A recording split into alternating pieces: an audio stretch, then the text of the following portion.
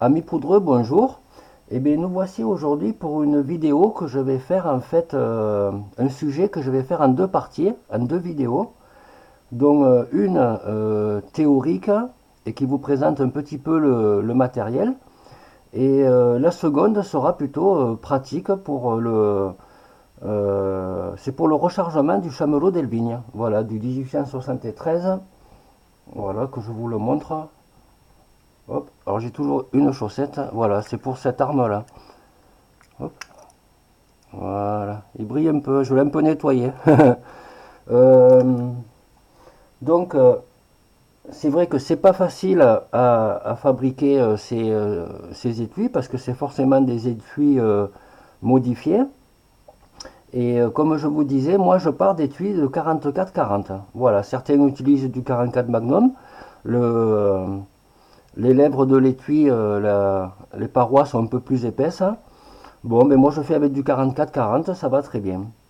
Donc je tenais à vous présenter un petit peu l'outillage nécessaire et ma façon à moi que j'utilise, mes propres outils pour la modification des étuis, de façon à aboutir à un étui utilisable avec des balles à rétrin et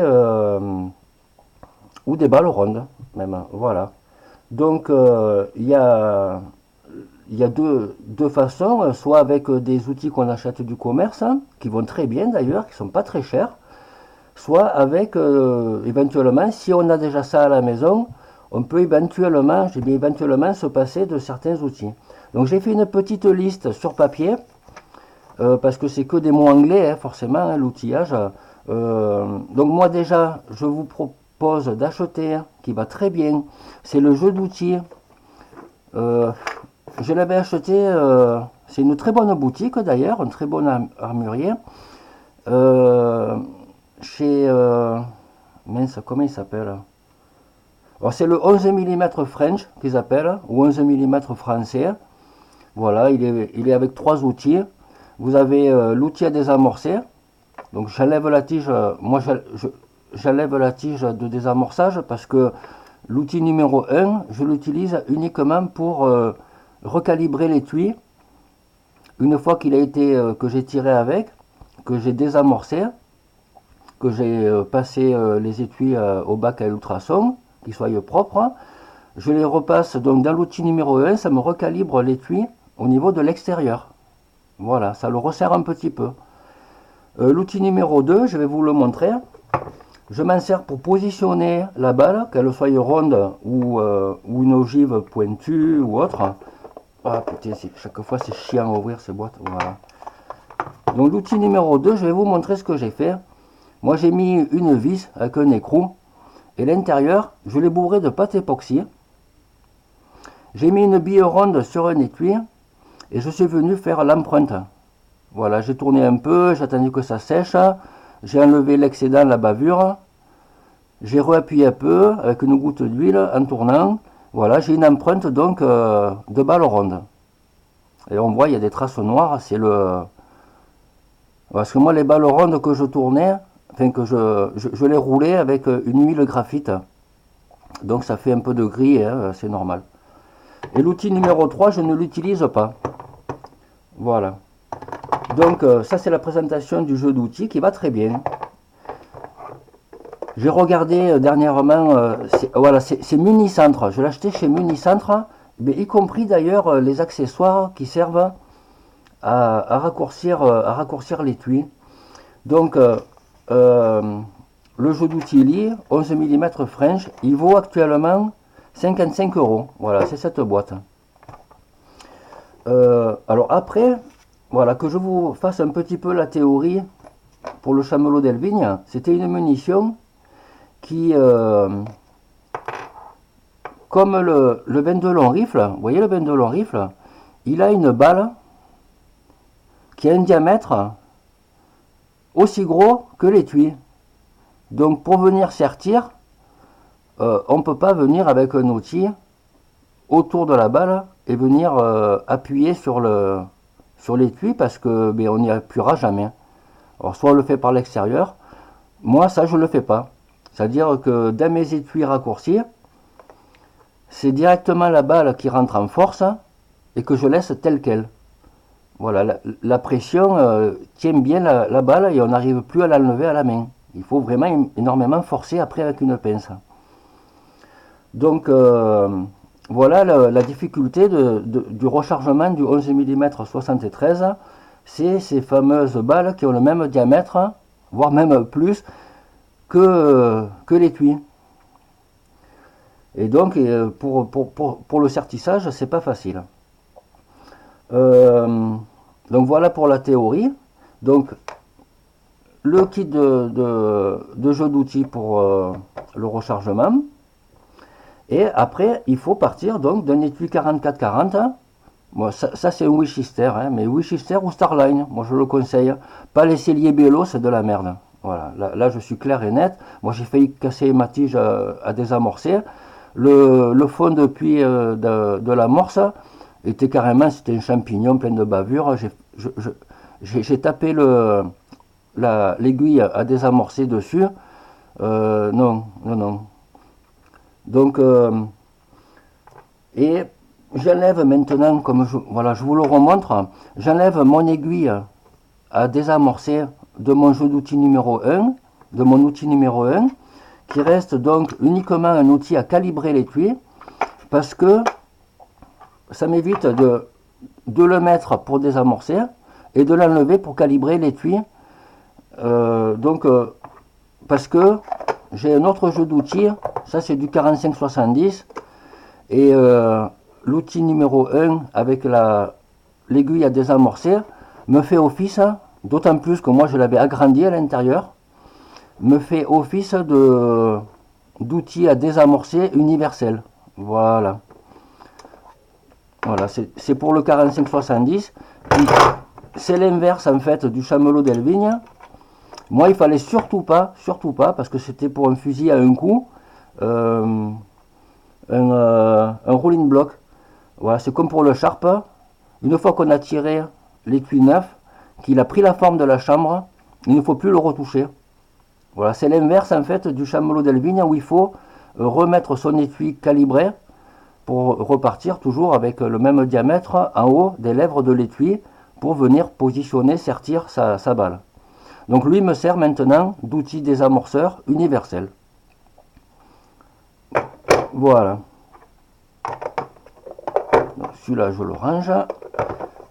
Donc pour partir d'un étui 4440, donc il y a deux opérations à faire dessus. Il y a première opération, avant de le raccourcir, moi c'est ma méthode à moi, hein. Je ne sais pas comment les autres font, je ne veux même pas le savoir. J'ai vu des choses trop bizarres d'ailleurs. Excusez-moi, je suis un peu enrhumé. Sans compter qu'il doit commencer à y avoir des pollens. Enfin. Donc il y a deux opérations à faire pour obtenir un étui qui va être utilisable dans un barillet de chamelot d'Elvigne. Première opération, c'est, moi je commence par celle-là, il faut réduire l'épaisseur, voilà, du bourrelet. Voilà. À la base, il fait 1 mm,43 mm à peu près. Moi, je le passe à 1 mm,1 mm. Donc, en gros, j'enlève 0,33, 0,35 mm. Donc, moi, j'utilise un tour en métaux. Et je vois pas d'autres méthodes, hein, parce que les tours pakistanais, non, moi je ne peux pas travailler comme ça, c'est pas la peine. Ne vous leurrez pas, ne vous aventurez pas là-dedans, c'est même dangereux, vous allez vous faire mal, vous n'allez pas faire du bon boulot, vous allez vous faire mal. Donc il n'y a pas à tortiller, il faut un tour. Donc moi, ma méthode à moi, hein, elle est simple. À chaque fois que je fais une série d'étuis, je prends une chute, voilà, une chute d'aluminium ou n'importe, et je tourne un petit nez qui correspond au logement de l'amorce. Donc ça c'est sur le tour, ça ne bouge plus après. Donc c'est hyper concentrique. Voilà, vous voyez, un étui, je peux le positionner, clac, il tient même tout seul. Hein. De l'autre côté, contrepointe tournante, que je viens en pression. Et avec un outil qui, là c'est des plaquettes pour l'aluminium, ça taille énormément, hein. Je viens enlever la surépaisseur. Donc en plus c'est facile parce que elles ont une gorge, donc on peut venir, il y a très peu à enlever. Donc dans ce sens-là, 0,33, 0,35. En profondeur, au rayon c'est 0,7, ça fait 1,4 au diamètre. Parce qu'on est déjà dans la gorge. Voilà, donc quand on le rentre dans la chambre du barillet, ça vient bien plaquer. Voilà. Donc première opération, c'est avec contrepointe tournante, faire l'opération de réduire. Voilà, moi je fais en deux passes, hein. C'est-à-dire que quand j'ai ma cote de défini, je bloque le chariot longitudinal, je ne travaille qu'avec le transversal et le traînard, voilà, qui vient comme ça. Donc quand tout est à zéro, c'est que je suis à la fois à la bonne profondeur et au bon diamètre. Et ça vous fait donc un étui déjà qui a un retrait de 1,1. Voilà. Donc ça c'est pour la réduction de l'épaisseur du bourrelet. Deuxième opération, donc on se retrouve avec un étui comme ça, mais qui est un bourrelet à 1,1. Il faut le raccourcir. Alors pour le raccourcir, moi j'utilise, et je l'ai noté pour vous donner la liste et même le prix, c'est chez Munifrance aussi. Voilà, c'est une très bonne boutique, hein, Munifrance. Gilles, Amurerie Gilles, très bien. Moi j'ai commandé des armes, mon Gibbs Pedersoli, mon Rolling Block Pedersoli, ma presse de rechargement RCBS, Rock, je sais plus quoi, la suprême, la grosse, quoi, 250 euros, ma foi. Vous avez, c'est pour plusieurs générations là, hein. Ça je l'ai pris chez Gilles. Ma calibreuse graisseuse, ça avec des recalibreurs, ça je l'ai pris chez Municentre. Non, c'est deux bonnes boutiques, hein. Vraiment, vous pouvez compter dessus, il n'y a pas de souci. Donc, pour raccourcir après, moi ce que j'utilise, c'est le kit. Alors, il y a c'est en deux parties. Vous avez la première partie qui est le support de shell holder et, voilà, je le dévisse, la fraise. Voilà, ça c'est le kit de base. Et vient se rajouter dessus, après, à la demande, le shell holder pour tenir l'étui. Voilà, là c'est le shell holder 4440 avec le pilote qui va avec. Alors le pilote, merde, voilà, je le trouve plus. C'est une tige qui fait la longueur en fait de l'intérieur de l'étui et qui vient embuter sur le porte shell holder. Voilà, qui vient buter là et qui vous met à longueur l'étui de 44-40. Donc nous, comme on veut le raccourcir, ce que j'ai fait, la tige du pilote, au départ, hein, moi je faisais comme ça, je l'avais coupé et je viens plus embuter sur ça, étant donné que je vais embuter au fond de l'étui. Et je regarde, ah il est là. Voilà. Donc c'est un truc, donc là d'un côté le porte shell holder, la fraise, moi j'ai mis une tige filetée mais on visse un pilote, c'est-à-dire c'est cette pièce là avec une longue tige. La tige vient dans le puits d'amorce et vient buter ici. Et ça vous met à longueur l'étui de 44-40. Donc nous, comme on veut passer d'un étui qui fait, je sais plus, 30 et quelques millimètres, mettons à 18, 19 ou 20, il suffit de calculer la profondeur qu'il y a entre les lèvres de l'étui et le fond de l'étui, faire une pièce, soit on raccourcit comme j'ai fait là, le pilote, c'est-à-dire qu'on diminue d'autant que ce qu'on veut enlever sur l'étui. Et ça se visse sur la fraise. Voilà. Et donc la fraise n'ira jamais plus loin que quand cette pièce est embutée au fond de l'étui. Voilà. Voilà, on vient fraiser comme ça.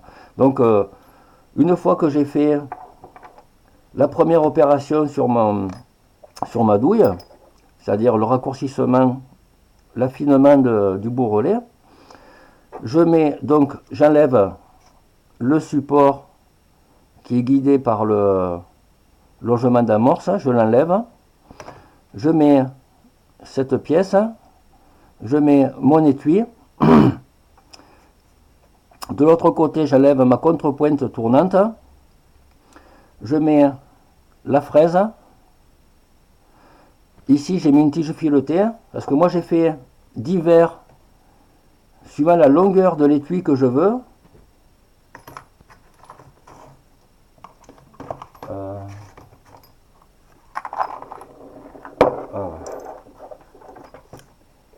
J'ai fait divers, il est là, diverses pièces en laiton. Au moins c'est laiton sur laiton, c'est assez gras, ça glisse bien, ça fait pas de marque. Hein. Diverses longueurs, suivant la longueur de l'étui que je veux, si je le veux à 18, 19 ou 20. Voilà, donc je le visse dessus. Voilà. Là, je bloque bien. Et d'un côté, j'ai ça sur le tour, donc l'étui va tourner.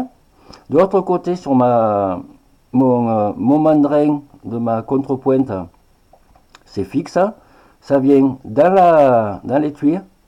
Et avec ma manivelle, je tourne. Et en 15 secondes, c'est venu embuter au fond. Et ça m'a fait donc l'étui à la bonne longueur. Et surtout, c'est pas dangereux. Et ça, voilà, tac. Et on arrive à ça. Donc c'est plein de copeaux de partout. Et je suis embuté au fond, ça peut pas aller plus loin. Pour ça, des fois, on voit une légère marque, mais c'est superficiel, ça n'a pas d'incidence. Et voilà. Tac. C'est un casse-trimmer, mais raccourcisseur de douille de quelques centimètres, et ça va bien. Hein. Moi, je tourne, je sais pas moi, en 20 secondes, ça y est, l'étui, il est passé de ça à ça. Voilà. Crac, ça a tout enlevé. De là, j'en profite, je recule. Je mets une laine d'acier, voilà, pour enlever la petite bavure autour, un peu à l'intérieur. Et une fois que ça c'est fait, je les mets de côté. J'en fais une petite série, il ne faut pas le faire que pour un. Et j'ai un débavureur. Oh purée, voilà, je le cherche encore. Oh, il est là. J'ai pas acheté des trucs que ça vaut quand même une trentaine d'euros. J'aurais pu, hein, c'est pas un problème. Mais je me suis satisfait d'un outil que j'avais. J'en ai même acheté un deuxième. C'est un truc que vous trouvez au magasin de bricolage. Ça vaut 6 euros, je crois. C'est un cône qui est quand même avec un angle assez pointu. Et à la main, moi je le fais à la main, il faudrait que j'y fasse un manche quand même, mais bon, je le tiens comme ça. J'enlève la bavure à l'intérieur. Crac. Et sans trop insister, hein, j'y vais même en plusieurs fois. Et avec un cure-dent, je le passe, je soulève, et on le sent si ça accroche, ça veut dire qu'il y a toujours une petite bavure. Et vous voyez, ça vous a fait un petit chanfrein, un poil conique, mais il ne faut pas insister, il ne faut pas trop diminuer l'épaisseur quand même de l'étui. Et là, je sens que ça n'accroche nulle part. Voilà, c'est bien lisse, un coup de laine d'acier triple zéro. Hein. Ça moi, je suis un gros consommateur de laine d'acier. Et voilà, on l'a fait briller un peu, et c'est fini. Elle est prête à recharger. Voilà. Donc, pour arriver à ça, sinon, je l'avais sous la main parce que bon, moi je suis. Vous en saurez un peu plus sur moi. Hein. Moi je suis électromécanicien. Voilà, j'ai fait des études dans une école militaire technique hein, de sous-officier. Je vous parle de ça il y a longtemps, hein, à Issoire, Puy-de-Dôme. Magnifique région d'ailleurs. Je pourrais en parler longtemps. Donc je suis électrotechnicien, électromécanicien. Et je n'ai pas fait carrière dans l'armée, hein. J'ai quitté, en troisième année, j'ai quitté l'école, j'avais mon diplôme. Je n'étais pas fait pour ça d'ailleurs. Voilà, parce que j'ai un caractère très particulier et moi je cherchais pas à voyager, hein. Moi je voulais ma maison, ma femme, mes gamins et voilà, c'est bon, c'est ma façon de vivre. Un peu sauvage on va dire. Mais donc j'étais longtemps artisan dans le bâtiment, hein, électricien, climaticien, plombier, chauffagiste. Et donc j'avais toujours sous la main du matériel pour ébavurer, et je l'ai utilisé une paire de fois, hein, pour des vieux robinets. Vous savez, ces trucs pour surfacer la portée des joints des robinets. Ce sont des outils en forme de poire un peu, avec divers épaulements, et une fraise pour usiner. Donc je l'ai essayé, je me dis, tiens, si les gens ont ça chez eux qui ne savent pas quoi en faire, ça peut remplacer cette fraise-là. Ça taille un peu moins bien, c'est pas pareil, hein. Voilà, donc les fraises sont comme ça. Elles sont filetées au pas de M7.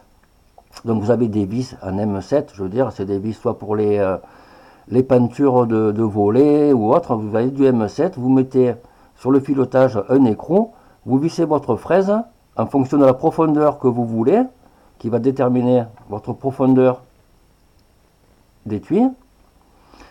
Et ça peut remplacer cet outil-là. Et pour remplacer cet outil-là, qui fixe l'étui, vous avez des raccords de plombier en 12, où justement vous avez la collerette et vous dévissez. Là j'en ai pas, non, là je l'ai pas. Vous le mettez autour, pareil, vous dévissez, vous rentrez votre étui et vous le revissez et votre étui va être tenir autour sur un mandrin, comme cet ensemble là. Voilà, ça remplace le shell holder, mais au lieu d'être fendu et de juste un quart de tour le sortir, eh bien, il vous faut dévisser la totalité du raccord en deux parties. Vous rentrez votre étui dedans et vous le revissez. Voilà. Eh bien, je l'ai essayé, ça marche, hein. Mais ça vaut pas quand même cet ensemble-là. Et puis je vais vous dire les prix et les références. Donc là, comme moi j'ai un tour, j'ai fait différentes pièces, différentes longueurs pour différentes longueurs d'étui. Et ça, je l'usine à chaque fois. À chaque fois, je le redresse, je refais un téton qui fait pile poil, je crois que c'est 6,30 et quelques. Comme ça, au moins, ça tourne rond. Voilà. De toute façon, les étuis, c'est des étuis emboutis. N'importe où qu'on prenne, il n'y a rien de concentrique, hein. Donc moi, je me fie à ça, comme ça, au moins, c'est toujours plaqué. Cette pièce ne bouge plus. Et je viens en deux fois, j'enlève 0,25. Je mets à 0 pour finir d'enlever mon dernier dixième. Tac, c'est fini. Je fais ça à toutes. Après, hop, je fais ça. Et avec la fraise, hop, mon petit outil, ma petite pièce, poum, je fais ça. Et après, il n'y a que les bavures, hein, voilà. Donc, voilà pour la théorie avec les outils adéquats. Donc, c'est un cast streamer sur tour. Donc, c'est le must des cast streamers, hein. N'achetez pas... Enfin, à force d'acheter des petites bricoles à 100 euros, 150 euros, tout ça, mais achetez-vous directement un tour, hein. Et oui. Qu'un streamer, avec la manivelle, là, non, moi, je me suis jamais vu dans ma tête faire ça, hein. Jamais, hein. Quand je le fais, c'est pour enlever ça de matière, quoi. C'est que pour frotter. Parce que ça, normalement, c'est destiné à aller pour des perceuses, hein. C'est pour des perceuses, hein.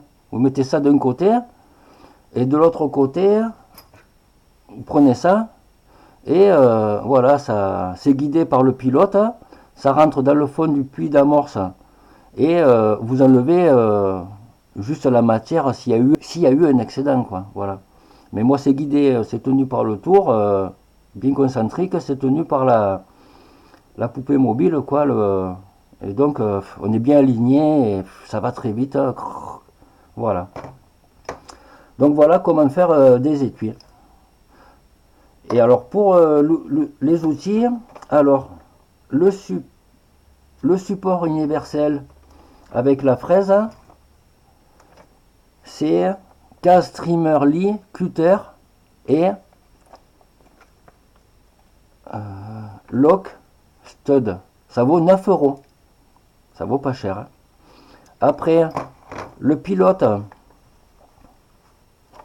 c'est-à-dire la pièce qui vient se visser sur la fraise, et le shell holder adéquat pour tenir votre étui, ça vaut 9,50 €. Marque Lee, pareil, chez Municentre, j'ai vu ça. Là, j'ai regardé, j'ai fait un peu la liste. Ou pour dépanner, comme j'ai marqué, ou pour dépanner, raccord laiton pour tenir l'étui par le bourrelet, plus un jeu de fraises plombier pour porter de joints au robinet. Voilà, ça c'est vraiment pour dépanner si vous l'avez, quoi. Vous pouvez faire un test. Enfin. Mais bon, pour 9 € et 9 €, il ne faut pas s'en passer. Prenez quand même le matériel adéquat. Après le jeu d'outils 11 mm French. Après, il vous faut soit des balles rondes, soit des balles à berre-train. Un ébavureur conique. Et des étuis ou Starline ou Winchester 44-40. Voilà. 44 Magnum éventuellement, mais plus épais. Voilà, donc là il y a un peu la cinétique, les schémas de ce que je viens de raconter. Première étape, tenir par le centre, là où il y a l'amorce, réduire le bourrelet. Ah purée, il y a trop de lumière. Je sais pas si... je sais pas si c'est pas mes diodes. Hein, mais non. Non, parce que là il y a le soleil qui se lève. Voilà, donc là c'est... Je tiens par le logement d'amorce. Et je réduis l'épaisseur du bourrelet. Voilà, on voit l'outil. On voit ma pièce que j'usine à chaque fois. La contrepointe, l'étui en entier. Même que là il est fendu, que c'est un étui 44-40 qui a déjà tiré, c'est pas grave, ça va disparaître. C'est juste pour tenir l'étui plaqué pendant l'usinage du bourrelet. Ensuite, deuxième partie. Alors j'essaye d'orienter, voilà. Pas facile. Avec le fameux support de shell holder, on tient l'étui, qui tient donc dans le vide. Et avec la fraise et le pilote qui est raccourci, avec le mandrin de la poupée mobile, on vient raccourcir son étui, on vient embuter quoi. Donc comme ça on est toujours embuté et on a toujours les étuis à la même longueur. Voilà.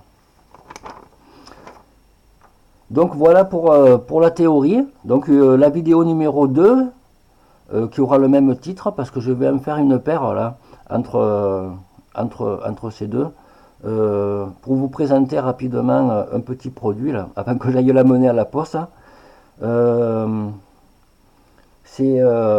Donc là c'est la théorie, la pratique, ça sera pas sur le tour pour comment faire l'étui, ça sera donc l'étape numéro 2, utiliser ces étuis sur la presse de rechargement avec le jeu d'outils et des balles à rétrain, hein, voilà. Donc là, elle n'a pas été refermée, il y a un peu de jeu, mais je peux quand même, voilà, vous voyez le rétrain, il est là, je peux quand même l'enfoncer déjà de force. Hein. Et ma technique à moi, si vous voulez utiliser des balles rondes, voilà, comment faire. Et comment je fais moi pour avoir une pression régulière, pour ni trop enfoncer, ni pas assez. Comment je faisais avec des poids et ma presse, le levier, comment je mettais les poids, voilà. Donc vous avez vu déjà que sur le jeu d'outils numéro 1, le jeu d'outils 11 mm French, l'outil numéro 2, surtout pas l'utiliser pour évaser l'étui, hein, au contraire, hein, on n'utilise que le 1. Mais bon, ça je vous le montrerai carrément, je mettrai l'ordinateur, ma caméra pas terrible, tout ça là-bas. Et comme ça, vous verrez comment une fois que j'ai mes étuis, comment j'utilise, comment je fais mon rechargement. Voilà, tout simplement. Maintenant, pour la fabrication de l'étui, vous avez vu. Par contre, moi, j'ai pas le droit de vous le faire. Enfin, c'est pas que j'ai pas le droit, non, non. C'est que Naturabus ne veut pas qu'on vende des étuis déjà tout prêts. Alors, il y a moyen, moi, de me contacter par Naturabus hein, sur les questions-réponses des articles en vente, ou si vous avez déjà commandé, vous m'avez déjà commandé, vous pouvez m'envoyer des messages personnels. Euh, Moi, je ne veux pas en vendre, parce que je ne veux pas acheter des outils neufs pour vous les revendre. Vous, ce que vous pouvez faire, si vous avez quelqu'un qui tire du 44-40, ou un Sister ou autre, ou si vous voulez en acheter des neufs, moi je vous donne l'autorisation de me les envoyer, et moi je vous les renvoie finis. Voilà, finis, propre, ébavuré, prêt à recharger. Voilà. Il y a des armuriers qui le font, hein, donc c'est pas du tout interdit. Comment voulez-vous faire? Tout ce qui sont au stand de tir, qui a même la discipline, 1873, forcément, ils préparent leur étui et ils ont pas le choix. Hein. Donc, sinon, après, il y a des trucs HC ou des trucs en laiton épais, là, en laiton tourné. Mais bon, c'est pas les mêmes retrains, c'est pas les mêmes balles. Euh, voilà. Donc, moi, ça, je veux bien vous préparer vos étuis. C'est moins d'1 euro hein, l'étui. Hein. C'est sûr que ne m'en faites pas faire juste 2 ou 3, hein, je ne vous le ferai pas. Hein.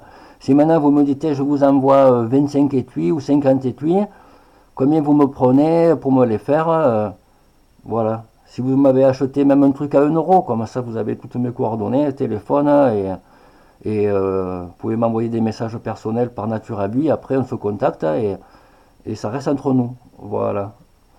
Donc, par contre, ouais, Municentre, ils ont fait un bug. Hein.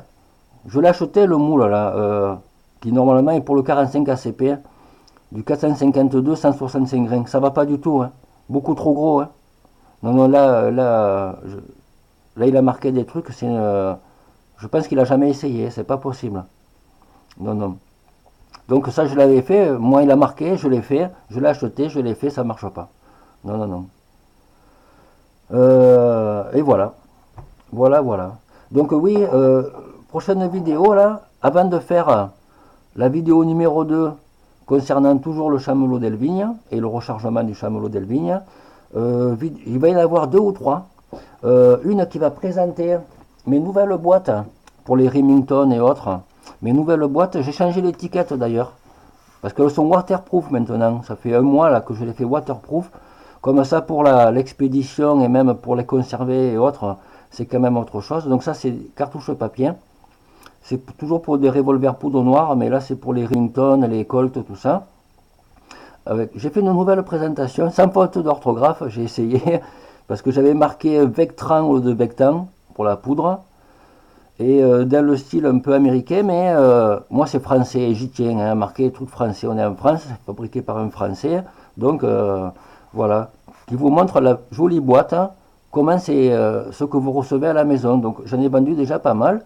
Je les vends par 1, par 3, par 5. Après, vous pouvez toujours communiquer avec moi. Hein, moi je fais des fois des commandes particulières. Je vous fais une annonce avec votre pseudo, réservé à vous. Parce qu'on a conclu, voilà, vous me demandez un devis pour 2 ou 3 choses. Comme ça, je vous fais une annonce avec les articles, un seul frais de port. Et dès qu'il y a commande, voilà, c'est une commande individuelle, quoi. Il n'y a pas de souci là-dessus. Donc voilà ce que vous recevez à la maison. Hein. Voilà, les cartouches sont bien emballées. Il y a 2 fioles d'amorce. Il y a 2 fois 6 cartouches. Voilà, pour le transport, là au moins, ça risque rien. Hein. Et les cartouches sont renforcées, le papier est waterproof. Voilà. Donc il y aura une vidéo qui va présenter ça, ça va être sûrement la prochaine, parce que celle-là, elle est chargée et tout, elle est vendue. Je l'ai vendue ce matin ou hier, je sais plus. J'en vends pas tous les jours, mais presque quoi.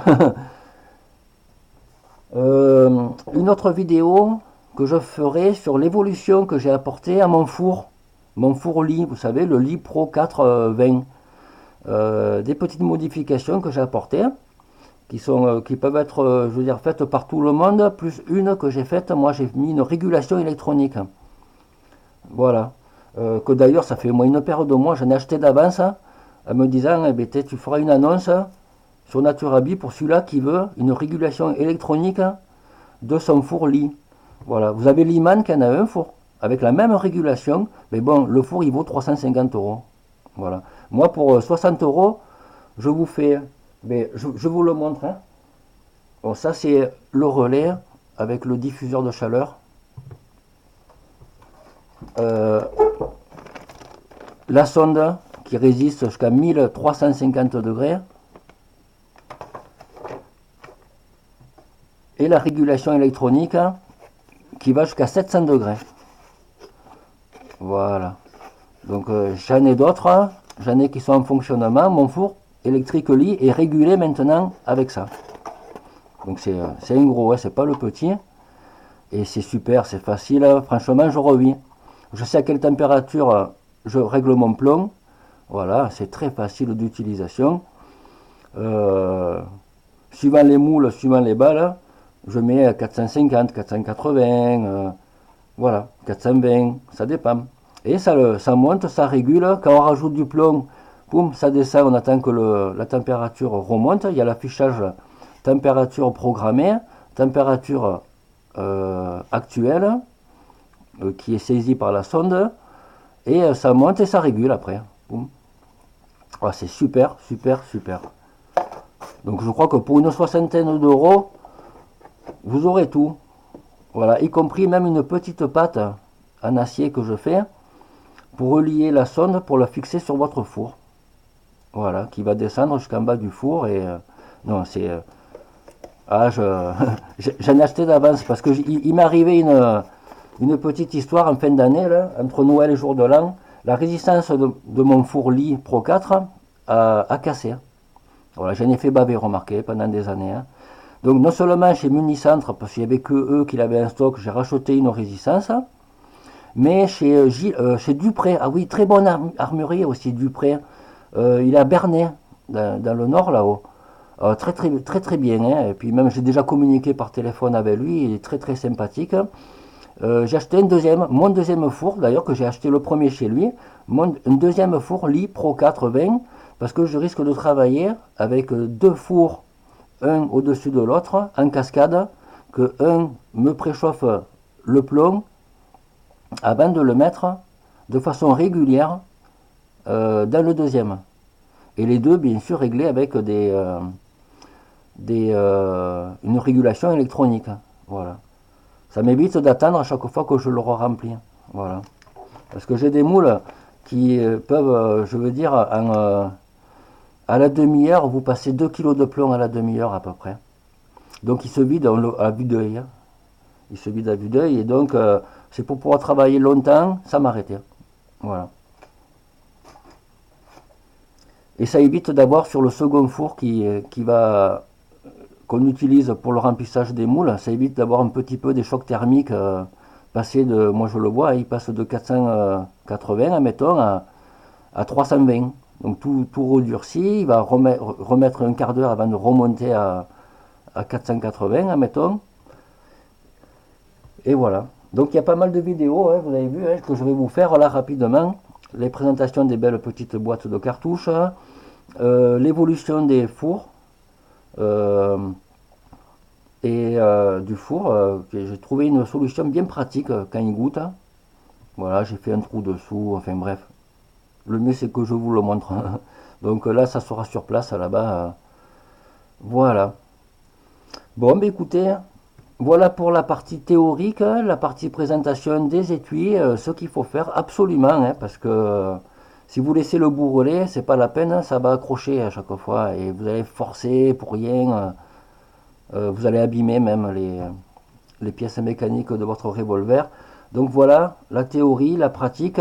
Et si vous en voulez, je vous les fais, mais je ne vous en achète pas. Vous me les envoyez. Vous m'en envoyez des utilisés ou neuves. Et moi, pour moins d'1 euro, même, je vous les rends prêtes à utiliser dans votre revolver. Voilà. Je ne peux pas vous dire mieux. Par contre, l'annonce, comme je vous dis, j'ai pas le droit de le mettre sur Naturabi, ils veulent pas de ça. Alors que beaucoup d'armuriers sont rares, mais il y en a qui vous les proposent quand même. Il y en a qui vous le font. Voilà, du Starline, ils vous les rendent comme ça. Neuve. Enfin.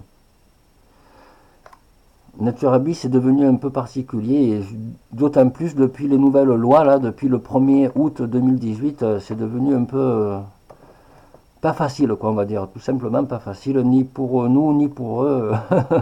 Voilà. Bon, mais écoutez, j'espère vous avoir apporté quelque chose. Euh, voilà, et vous avez la liste de ce qu'il faut. Sinon, hein, si vous voulez les travailler vous-même, si vous avez un petit tour, hein, ou un gros, hein, même, hein, c'est mieux, hein, qui peut le plus, peut le moins, hein, comme on dit. Donc, vous avez un petit peu la liste de ce qu'on peut faire. Voilà. Et bien écoutez, à bientôt pour de nouvelles vidéos, et je vous souhaite une bonne journée. Au revoir.